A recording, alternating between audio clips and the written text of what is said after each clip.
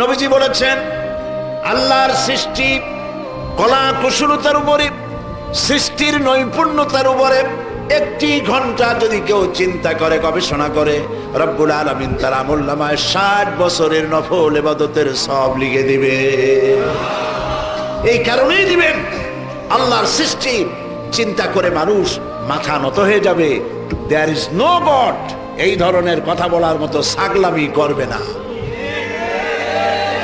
ছাগলেরাই বলে there is no god, স্রষ্টা বলতে কেউ নেই। আর বলে কি পাগলের মতো, আনসিন ইজ নাথিং, যা দেখি না তা বিশ্বাস করি না। এই কথাটা বলে কিসের ব্যাপারে? আল্লাহর ব্যাপারে। যা দেখি না বিশ্বাস করি না। আচ্ছা, ফুল দেখো, ফুলের তো ঘ্রাণ দেখো না, বিশ্বাস তো করো। অক্সিজেন নাই, এ কথা কেউ বলবে? অক্সিজেন দেখা যায় কিন্তু বিশ্বাস তো করে।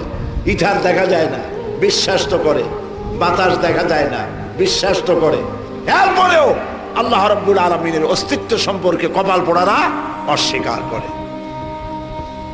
সুতরাং সৃষ্টির ভিতরে মানুষ যদি চিন্তা করে, গবেষণা করে, মাথা নত হয়ে যাবে। আর সে বলবে, রব্বানা মা খালাকতা হাযা বাতিলা, এর কোনো কিছুই তুমি নিরর্থক করে পয়দা করনি, আমাকে জাহান্নামের কঠোর শাস্তি থেকে রক্ষা করো। সুবহানাল্লাহ। তিনি হচ্ছেন আল্লাহ, যিনি এসব কিছুকে সৃষ্টি করেছেন। এই সুন্দর আকাশ, এক শ্রেণীর কপাল পোড়া দার্শনিক বিজ্ঞানী, তারা বলেন আকাশ বলে কিছু নাই, অনেক দূর, সেই জন্য নীলে নীলে দেখা যায়। আকাশ বলে কিছু নেই। আর বলে আল্লাহরে বিশ্বাস করি না, আল্লাহরে দেখি না। আরে বাবা, তুমি নিজেরে দেখো। তুমি আল্লাহরে দেখতে চাও, তুমি কি নিজেরে দেখো? নিজের এই যে দেহ, আপনার দেহ দিয়ে আপনার মাথার পিছনটা দেখতে কেমন, আয়নার সাহায্য ছাড়া দেখতে পারেন কি? বলেন না। আপনার পিঠ কেমন, আয়নার সাহায্য ছাড়া দেখতে পারেন? বেটা, নিজের শরীরে নিজে দেখো না, আয়না ছাড়া।